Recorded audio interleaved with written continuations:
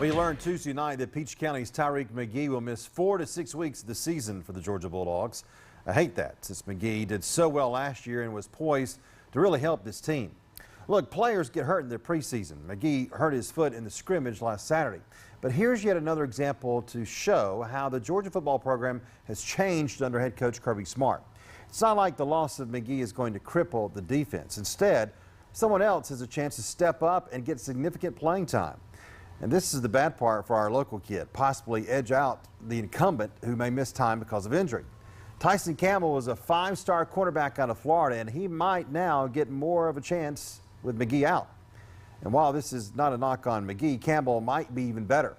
We've heard for years about how players aren't really replaced at Alabama once they move on to the NFL. They're just followed up with another talented 5-star player. Well, that may be what we're seeing happen now with Georgia. There are some spots that would be a huge blow if an injury knocked the starter out, but for the most part, Georgia's depth is so impressive that it would not be the end of the world. Think about the offensive line. A decade ago, the offensive line for Georgia had only 9 players on scholarship. Remember when Trenton Sturdivant got hurt? Well, the offensive line was decimated when that happened because the drop-off from Sturdivant to his replacement was significant. If that happened now, it would not be that big of an issue. You don't want to lose a starter on the offensive line, but it would literally be next man up. And the offensive line has never been stronger, at least on paper.